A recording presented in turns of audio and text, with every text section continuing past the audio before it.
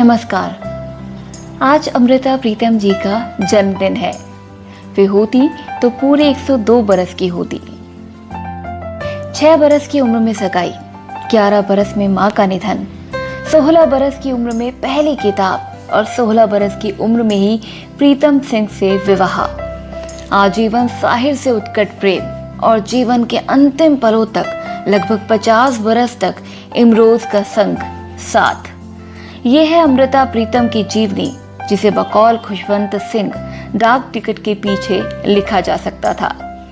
उनकी आत्मकथा का नाम भी इसी वजह से खुशवंत सिंह ने रसीदी टिकट सुझाया था। अमृता प्रीतम 20वीं सदी की पंजाबी भाषा की बेहतरीन उपन्यासकार और निबंधकार थीं। उन्हें पंजाबी की पहली और सर्वश्रेष्ठ कवयित्री माना जाता है। इनकी लोकप्रियता सीमा पार पाकिस्तान में भी उतनी ही है जितनी की भारत में। पंजाबी के साथ साथ हिंदी में भी लेखन। उन्होंने कुल मिलाकर लगभग 100 पुस्तकें लिखी। उन्हें पद्म विभूषण, साहित्य अकादमी पुरस्कार और ज्ञानपीठ पुरस्कार से सम्मानित किया गया था।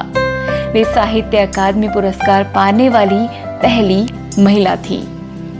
अमृता को साहिर लुधियानवी से बेपनाह मोहब्बत थी। साहिर लाहौर में उनके घर आया करते थे और एक के बाद एक सिगरेट पिया करते थे। साहिर के जाने के बाद वो उनकी सिगरेट के टुकड़ों को साहिर के होठों के निशान के हिसाब से दोबारा पिया करती थी। इसी तरह उन्हें सिगरेट पीने की लत लग गई। अमृता साहिर को ताउम्र नहीं भुला पाई। साहिर उनके लिए मेरे शायर, मेरा महबूब, मेरा खुदा और मेरे देवता थे। दोनों एक दूसरे को प्यार भरे खत लिखते थे। साहिर के लाहौर से बंबई चले आने और अमृता के दिल्ली आ बसने के चलते दोनों में भौगोलिक दूरी आ गई थी। गायिका सुधा मल्होत्रा की ओर साहिर के झुकाव ने भी इस दूरी को और बढ़ा दिया था।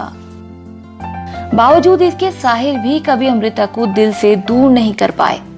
अगर अमृता के पास साहिर की पी हुई सिगरेट के टुकड़े थे, तो साहिर के पास भी चाय का एक प्याला था जिसमें कभी अमृता ने चाय पी थी।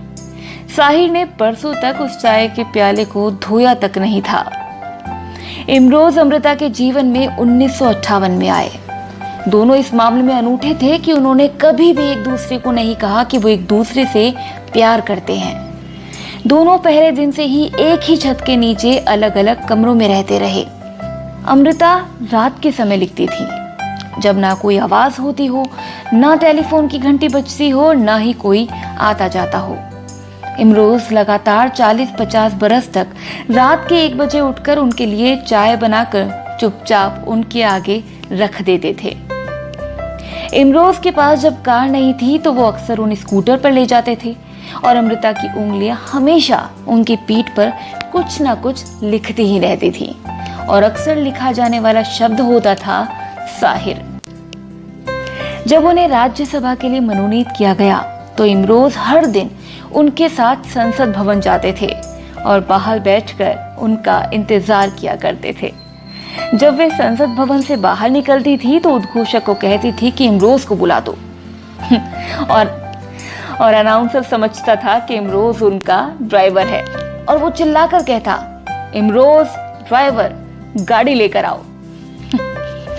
अमृता प्रीतम, बस इतनी सी कहानी है।